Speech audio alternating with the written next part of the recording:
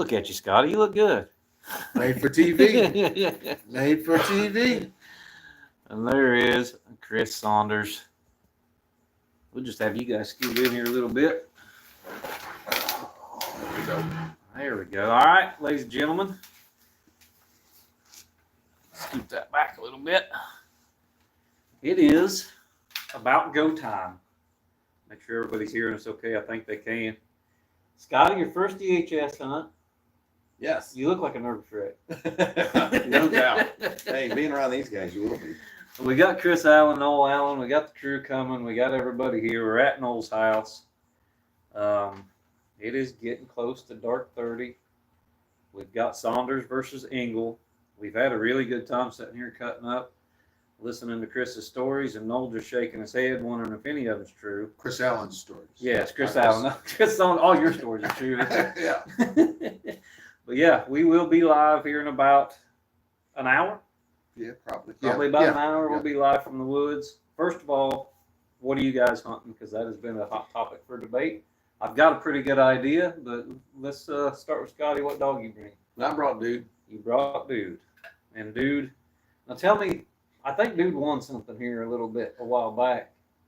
Some minor hunt that paid 6 figures. He did. Thank heavens he did. Yeah. How do you look? How do you look during all that? Scores look great. Good. I think he traded about 3 every round. Yep. And your late round, you took them back out, which, you know, anybody who's watched any of this knows that the $100,000 hunt, in my opinion, should always be hunted. Scotty takes them back out, gets the W. Was that? You are the first one to win 2 of those. You've won one in Pro Sports. Of course, everybody knows about the run that you went on with Echo and other dogs. You think of Rodeo and Mason and Mojo and, of course, dozens of others. Where does Dude rank amongst all those?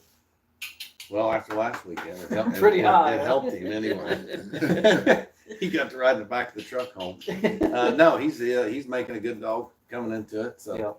I'm Super happy Stakes with him. champion as well. Yep, we won the Super Stakes with him, the fall Super Stakes, and no, he's really coming along nice. And, and I like him. What is he off Rodeo or is he off? He's off Rodeo and Muscle Man Nelly. Yes, yeah. And type of dog is he just in general? You know, I'm not going to say he's like a blow through the world type. You know, he kind of takes his tracks. He comes to them. He's gotten good about having his coons, and he can kind of tree any kind of coon. So Yeah. Got a real mouth. He does have a real mouth. Hot. He may ball around more than some people like this time of year, but wintertime, he's a nice sounding tree dog. And I've always liked him. I liked him since a puppy. We've had him on and off since a puppy, and just kind of coming, finally getting where we just hunt him and as much hunting as I can anyway. Yeah. And I know, I mean, you guys have sold some really, really good dogs, and I think a lot of that probably has to do with the fact that you got Dude, and you know that he's there in the stable. Did you guys want to kind of focus on him? You know, you think of Bob, you think of Jack, you know, a few others. So did you have that in mind when you guys, you know, moved them dogs? Yeah, Dude was always, I thought Dude would I didn't know if he would be the best dog, and still debatable whether he's the best one, but I thought he would reproduce very well. His mommy was good. I liked her. She's still like 12 or 13-year-old, and still, Greg still got her, and you know, she's held together real well. Very, very good mouth, and Chasing Chris is chasing a cat. He's throwing up on the picture. So yeah, I thought he would reproduce the best, and I knew I wanted to kind of keep him around for that reason, and it hasn't bothered him, knock on wood. So far, you know, the breeding hadn't bothered him, and his pups look like they're gonna do like we thought they would. And because you've always had a stud dog, the next stud dog in mind with a lot of these dogs, I assume. And you thought he would foot the bill? I did, yeah. I really did. I really thought he would from a young age, and he seems to be doing it. Yeah. And we did a little poll on the Facebook page if you guys haven't voted yet. But you are a shade over, almost a 3-1 favorite over your compatriot over here, Chris Saunders, tonight. How do you feel about that? Well, I'm glad to get to come up here with Chris. I've always looked up to Chris. I hunted a dog for him when I was young.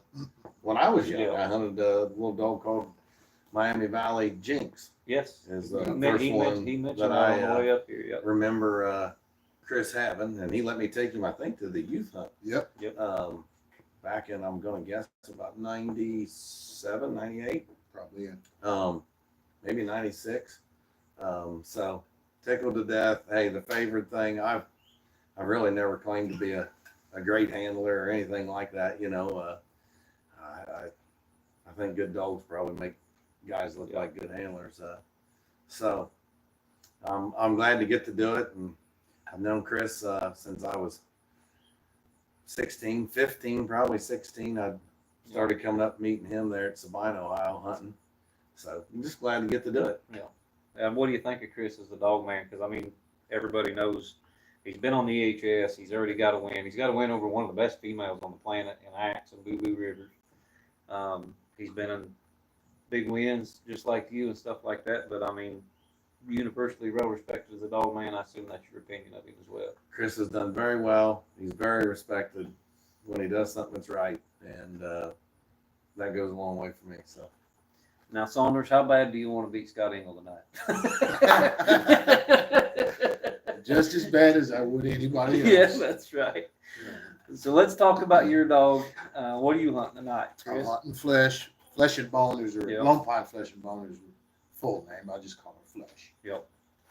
And Flesh is, let's She's see, she just turned 3. Yeah, she's 2. She's still two. She's Okay. still 2. So she's a young dog yet. She is. She's young.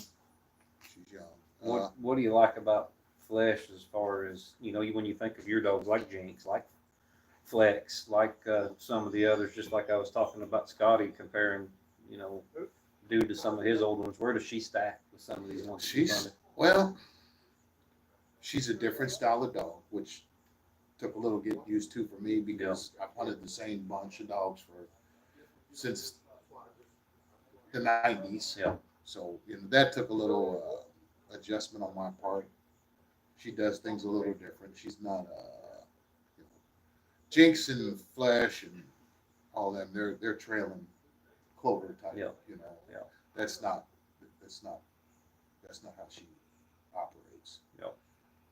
So she's different in that way, but she has some other qualities, you know, that I like. What is her most, if you had to pick one of her qualities that you like the most, what would you call it? What would you I mean, say it is? I've said it before, and I showed you my journal. Yeah. It's just her accuracy is Yeah. just off the charts. Now, she may miss one tonight, Yep. but it's Come on, just. Scotty. Sorry about that, guys. No, you're You know, fine. she's the kind that I don't care. I don't care what kind of track it was. It does not matter. Yeah. When she trees, 8 times out of 10, year round, you're gonna look at a raccoon. Yeah. I'm not gonna look at a hole. You know, it doesn't matter if it's this time of year or if it's February. Yep. And that makes up for other things that Yep. you know. Accuracy still just about every hole a dog's got. Yeah. And she doesn't. I mean, she just has an average mouth. But Yeah. She's a natural born loner. Hunts just as hard on a recut as she does the first time you turn her loose. Moves around like a champ, and absolutely does not care what another dog does. Yeah. So, you know, when you got that kind of dog, you've always got a puncher's chance, is what I call it. You know, you're typically in the game. Yeah. You know, it might, and the way I figured it's probably just going to come down to which dog in the 2-dog cast, which dog trees the most coon. Yeah. Typically, there's not a lot of pressure to make a bad call. Yep. So the dogs really just kind of sorted out themselves. Yeah. What about, you know, you're what, an hour and 40 minutes from your house, Mhm. Scotty? We're probably about an hour from your Yes. house. I mean, it's neutral territory, but you guys have all hunted in the same area before. What do you think as far as, because, you know, it's July. It's not the best coon hunting. Even in Ohio, it is not the best coon hunting. No, it's not. What do you think it's going to take to get a W tonight? Do you think 2 coons will do it? Do you think it'll take 3? I think it's going to take 3. You think it'll take 3? What about you, Scott? Yeah, I'm with you. Yeah. And the strike rules are a little different. You know, it's 50 and 25 out of the truck. There's no 6 under any circumstances. Judges look at the garments, all that stuff. And we have, just so everybody knows, we have changed one rule, and that is if both dogs happen to be on the same tree, but that's never happened yet in the Elite Handler Series. But if both dogs are on the same tree and they're pulled off that tree and they are competing for first strike again, then the strike will open back up. And so that's really about the only major. 450. Yeah, it'd be 450 and 25. Yeah. Mm-hmm. And so that's about the only major rule change. That strike out of the truck is important. You know, say flesh trees 2 coons, dude trees 2 coons, and you know, dude gets the strike or flesh gets the strike. It does make a difference. But when we run the numbers between all the hunts we've had, the dog that gets first strike wins 50% of the time. Dog that wins second strike wins 50% of the time. Oh, wow. Yeah. And so, Cool stuff. yes, it's important. Yes, you know, everybody would want that first strike, especially in a 2-dog cast when the strike is likely never to open back up again. But it also does boil down to 2 trees in most cases. Yeah. So how do you feel about being 3-1 underdog? You called it before we left the house. You said, I did. think I'm about a 3-1 underdog. I did. I told you when he put out the driveway. I said, Yeah. it was 2-1 at that time. I said it'll be 3-1 before we turn loose, and rightly so. Yeah. I mean, she did win a UKC hunt here a couple of weeks ago. These guys vote. Chris reminded me. Hadn't hunted with Chris. No, that's okay. Double header. A double header. Yeah. Chris Allen Chris reminded Allen me. just said it was a double header. But I would have much rather been in Scott's shoes a couple of weeks ago. Yes, we all would. So you know, she's supposed to be an underdog, Yeah. and you know, I mean, she's mature for her age, but she's not 3 yet. Yeah. So, but like I said, a puncher's chance. Yep. And you're up here against one of the all-time greats. Oh, yeah. I mean, there's no doubt about it. You figure handler-wise, genetics-wise, stud dog-wise, Scotty's top 5 all-time in just about every category. Yep. Are you feeling a little pressure hunting against Engle, or is it just You same know, song, Same different dance? same old song. Yeah. Once you turn them loose, we want to win. Yeah. Period. We wouldn't be at this level if we didn't want to win. And it doesn't matter if it's a $50 or $100 open event, or if it's this. Yep. You still want to win. Yep. You know, I just hope we have a good one. I think we will. Scott, I don't know. Have we ever drawn each other? I know you judged me some. I can remember you judged me some the night you talked about the Oh yeah, the big dogs ones. getting Yeah, out of the big yeah, ones. yeah. I don't know if we have. I don't know if we. I don't really remember.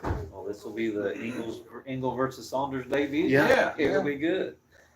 But all right, that's all I got. Unless you guys got anything to add, we're going to get our boots on. We're going to get the dogs limbered up and go turn loose here about 10:30 Eastern time. And it'll be about that time, and I hope we have a good one.